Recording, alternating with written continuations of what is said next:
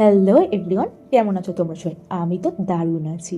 আর আজকে আমি যাচ্ছি আমার দিদির সাথে বড় ঠাকুরের মন্দিরে পুজো দিতে। তো আজকে হচ্ছে শনিবার, আর এটা হচ্ছে 2025 সালের লাস্ট শনিবার। তো চলো দিদির সাথে মন্দিরে যাওয়া যাক। দিদি তো ডালাটা হাতে নিয়েই নিয়েছে। এবার যাচ্ছি আমাদের বাড়ির সামনের রাস্তা দিয়ে, এবার যাবো হাই রোডে। ওখান থেকেই মন্দিরটা পুরো রাস্তার পাশেই, যেটা চাকদামন গার্ডের ওই রাস্তার ধারে আমাদের বড় ঠাকুরের মন্দিরটা আছে।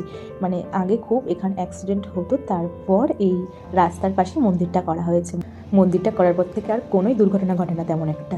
মন্দিরে গিয়ে দেখি যে এখনো ঠাকুর মশাই আসে। দিদি গিয়ে প্রথমেই ঠাকুরকে প্রণাম করে নিল, আর আমিও করে নিলাম। তারপর একটা কাকু আসলো, মন্দিরের দরজাটা খুলে দিল। এবার দিদি ভেতরে গিয়ে সব গোছগাছ শুরু করলো। অন্য সময় মন্দিরে প্রচুর লোক হয়, কিন্তু আজকে দেখলাম বেশি লোক আসেনি, বলতে গেলে দুজন মাত্র অঞ্জলি দিয়েছে ঠাকুরের সাথে। আর এই স্কুলটা হচ্ছে আমাদের প্রাইমারি স্কুল। এটাতে ছোটবেলায় আমি, দিদি এবং বাবাও পড়েছে এই স্কুলে। আর এখন তো আমার অনেক স্টুডেন্ট এই স্কুলেই পড়ে। তারপর দিদির মনে পড়লো যে দিদি ধূপকাঠি আনতেই ভুলে গেছে।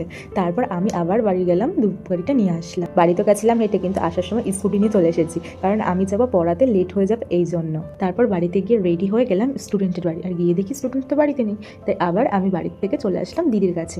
গিয়ে দেখি দিদি পুজোতে বসেছেন। তার কিছুক্ষণ পর পুজো হয়ে যাওয়ায় ওখান থেকে প্রসাদ খেয়ে আমি আর দিদি বাড়িতে গেলাম। তো আজকের মতন ব্লগটা এত অবধি। যদি ভালো লেগে থাকে তো লাইক আর সাবস্ক্রাইব করে পাশে থেকো। তো বাই।